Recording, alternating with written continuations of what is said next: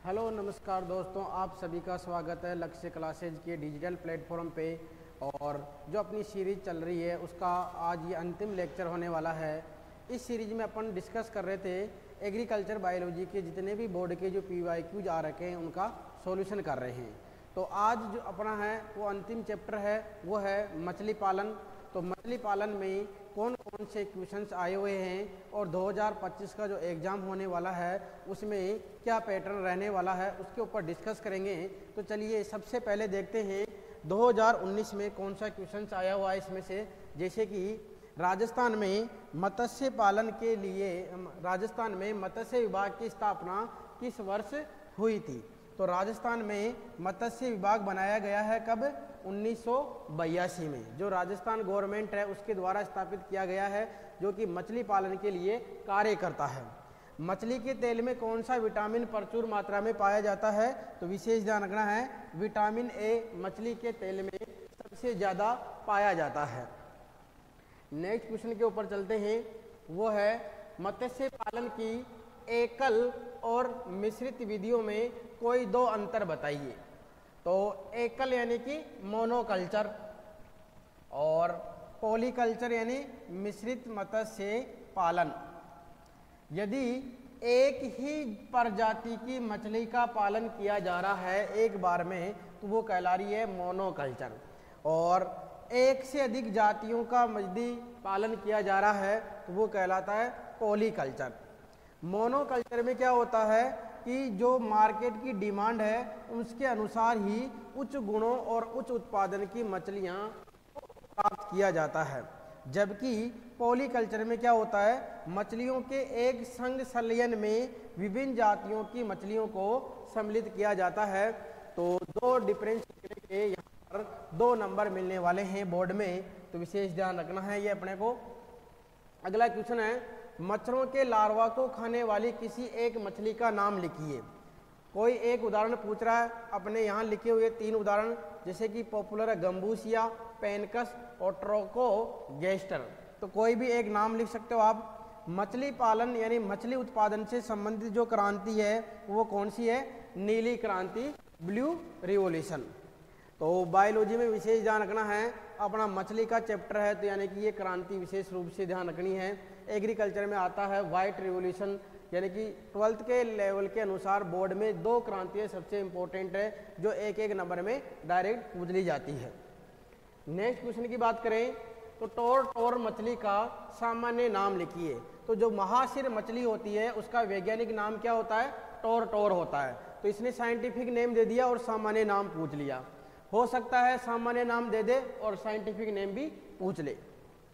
भोजन के रूप में मछली का क्या महत्व है? तो मछली का जो मांस है उसको पूर्ण प्रोटीन कहा जाता है, क्योंकि इस प्रोटीन में सभी एमिनो अम्ल पर्याप्त मात्रा में पाए जाते हैं। और जो मछली का मांस होता है उसमें वसा और खनिज लवण, वसा तो होती है कम, इसके अलावा खनिज लवण भी पाए जाते हैं। विटामिन ए भी मिलता है जो तो प्रचुर मात्रा में होता है, इसके अलावा डी भी मिलता है और आयोडीन भी अच्छी मात्रा में पाया जाता है। तो वसा तो होती है कम, खनिज लवण, विटामिन और आयोडीन होते अधिक मात्रा में। मछली की जो प्रोटीन है उसका पाचन और अवशोषण वानस्पतिक का मतलब है जो पौधों से प्रोटीन प्राप्त हो रही है उसकी अपेक्षा आसान होता है। इसीलिए बच्चों और गर्भवती महिलाओं और जो माताएं हैं उनके लिए मछली का जो मांस होता है वो ज़्यादा लाभदायक माना जाता है। नेक्स्ट क्वेश्चन है, उस स्पीशीज वर्ग के प्राणी का नाम लिखिए जिसमें तैरने के लिए पंख तथा श्वसन के लिए गलफड़े यानी गिल्स होते हैं। तो यानी कि वो प्राणी कौन सा है? वो प्राणी है मछली। स्पीशीज वर्ग में अपने एक ही प्राणी दिया गया है इसमें, और वो है कौन सा? मछली। सौंदर्य मूल्य वाली किसी एक मछली का उदाहरण लिखिए। तो सौंदर्य कहने की जो सुंदर होती है, जैसे सोन मछली होती है, परी मछली होती है, जो रंगीन मछलियाँ होती है उनको सौंदर्य के रूप में उपयोग में लिया जाता है। यानी कि खूबसूरती, जिसे कई सारे ऑफिस में देखे होंगे आपने, तो कांच का बॉक्स रहता है तो उसमें मछलियाँ रहती है, तो उससे क्या शोभा बढ़ती है। तो वो कौन सी मछलियाँ? सोन मछली और परी मछली। नेक्स्ट क्वेश्चन है, लेबियो रोहिता का नामांकित चित्र बनाइए और 4 अंगों को नामांकित कीजिए। तो यहाँ आपको घबराने की टेंशन नहीं है कि जितनी भी मछलियाँ दे रखी है अपने 3-4 जो मछलियाँ कोर्स में दे रखी है लगभग इनका डायग्राम एक जैसा होता है। तो आपको कोई सी भी मछली आए उस डायग्राम के अनुसार अपने को इसका वर्णन करना है। जैसे कि जो इसकी ये आंखें दिख रही है तो ये हो गई आंखें, और जो ये उबार दिख रहे हैं ये क्या हो गए, सल्क, ये क्या हो गई इसकी पूंछ। लिखा हुआ 4 अंगों को नामांकित, तो अपने को 4 नाम विशेष रूप से लिखने हैं। ये क्या हो गए, आगे वाले हैं तो अग्र पंख, ये पीछे वाले हैं तो पश्च या पुच्छ पंख कहते हैं इनको। तो ये 4 नाम आपके आसानी से हो गए। अगला क्वेश्चन है, मरगाल मछली का वैज्ञानिक नाम क्या है? तो सिरहीनस मरगाला मरगार मछली का साइंटिफिक नेम है। राजस्थान में मत्स्य पालन की संभावनाएं एवं महत्व लिखिए। तो महत्व में आपको पॉइंट वाइज जिक्र करना है, जैसे कि भोजन के रूप में है या अवशोषक के रूप में है, आर्थिक महत्व है वो। तो ये महत्व आपको पॉइंट बना के लिखना। 3 नंबर का टॉपिक है ये, मतलब क्वेश्चन है, तो महत्व आपको विशेष रूप से ध्यान रखने इसके। अगला क्वेश्चन है, मच्छरों के नियंत्रण हेतु उपयुक्त मछली है। तो ये पहले भी आ गया। तो मच्छरों के नियंत्रण के लिए कौन सी मछली काम में ले रहे? गंबूसिया। मछली के तेल में विटामिन ए पाया जाता है। फिर से क्वेश्चन ये रिपीट हो गया 2024 में वापस।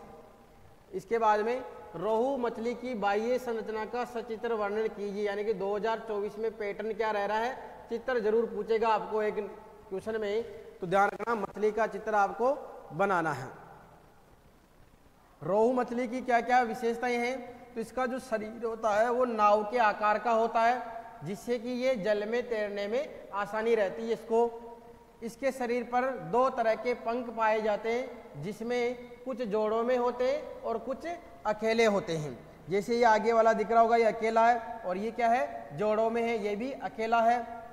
शरीर सल्कों से ढका रहता है, परंतु सिर पर सल्क नहीं होते हैं। जो ऐसे उबार दिख रहे हैं ये, इनको कह रहे हैं सल्क, लेकिन इस सिर के ऊपर ये सल्क नहीं पाए जाते हैं। इसके अलावा सिर के भाग के दोनों तरफ गलपड़े पाए जाते हैं, गिल्स पाए जाते हैं, जिससे कि ये मछली श्वसन की क्रिया करती है। पीठ की तरफ का हिस्सा कैसा होता है? काला हरा होता है, और पेट की तरफ का जो हिस्सा होता है वो सुनहरी भूरे रंग का होता है। आंखों पर पलकें नहीं पाई जाती, यानी आवरण नहीं होता, और ये सार्वभक्षी होती है, जो क्या करती है, जल के ऊपरी और पेंदे पर पाए जाने वाले जंतु पलवक यानी कि छोटे छोटे जंतु एवं पादप पलवक यानी कि छोटे छोटे पौधे और शैवाल, तीनों को भोजन के रूप में उपयोग करती है। तो यहाँ रखना भोजन कहाँ से ले रही है? जल की ऊपरी सतह से और जल की निचली सतह से। नेक्स्ट क्वेश्चन है, कलबासु मछली की बाह्य संरचना का सचित्र वर्णन कीजिए। यानी 3 नंबर का क्वेश्चन आ रहा है, तो आपको डायग्राम बनाने का 1 नंबर मिलेगा और डिटेल लिखने का 2 नंबर मिलेंगे। तो कलबासु मछली का रंग काला होता है, इसलिए इसको काली रोहू भी कहते हैं। इसकी पीठ वाला जो हिस्सा होता है वो पेट की तुलना में अधिक उत्तल होता है, यानी उभरा हुआ रहता है। होठ मोटे, नाक पर कोई छिद्र नहीं होता है। जल की जो निचली सतह है वहाँ से ये भोजन लेती है, जबकि रोहू जो मछली थी वो ऊपरी सतह और पेंदे से दोनों जगह से भोजन ले रही थी। भोजन में वनस्पतिक जो पदार्थ है, जैसे क्रेस्टिसियस यानी कि जो झींगे होते हैं, जो कीटों के लार्वा होते हैं, शैवाल और कीचड़, रेत को, सभी को ये खाती रहती है, जिससे कि ये क्या करती है, तालाब की सफाई करने वाली के रूप में भी ये जानी जाती है। इसका जो यकृत होता है उसमें 5.5 ग्राम तेल पाया जाता है, जिसमें विटामिन ए अच्छी मात्रा में पाया जाता है। तो ध्यान रखना है, विटामिन ए मछली में सबसे इंपॉर्टेंट है। ये रोहू मछली का डायग्राम, कलबासु मछली का डायग्राम है। पंख है, पूंछ है, सिर है, आंखें हैं, सल्क है, ये पश्चे पंख या पुच्छ पंख हो गया। तो ये इसके नामांकित जो भाग है वो अपने को ध्यान रखने हैं।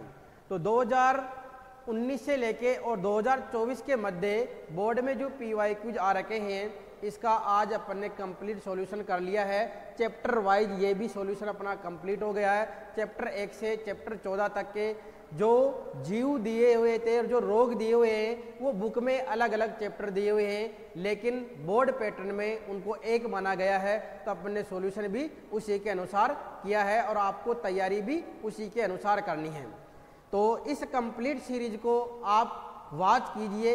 इसमें से बहुत सारे क्वेश्चंस आपके रिपीट होने वाले हैं। जिसको पास होना है वो इनको पढ़ के जाता है, इनके आसपास की चीज़ पढ़ता है, उससे भी ये पास आसानी से हो सकता है। इसके बाद में अपन स्टार्ट करेंगे चैप्टर वाइज एमसीक्यूज स्टार्ट करेंगे। प्रत्येक चैप्टर के मैं आपको लगभग 50 एमसीक्यूज करवाने वाला हूं। जो आपका मार्च का महीना है, इस पूरे मार्च के महीने में आपके क्लासेज चलती रहेगी। तो लक्ष्य क्लासेज के इस प्लेटफॉर्म को ज्वाइन कीजिए, अपने दोस्तों के साथ इन क्लासों को शेयर कीजिए, जिससे कि उनका जो बोर्ड एग्जाम है उसमें वो अच्छी तैयारी कर सके। धन्यवाद।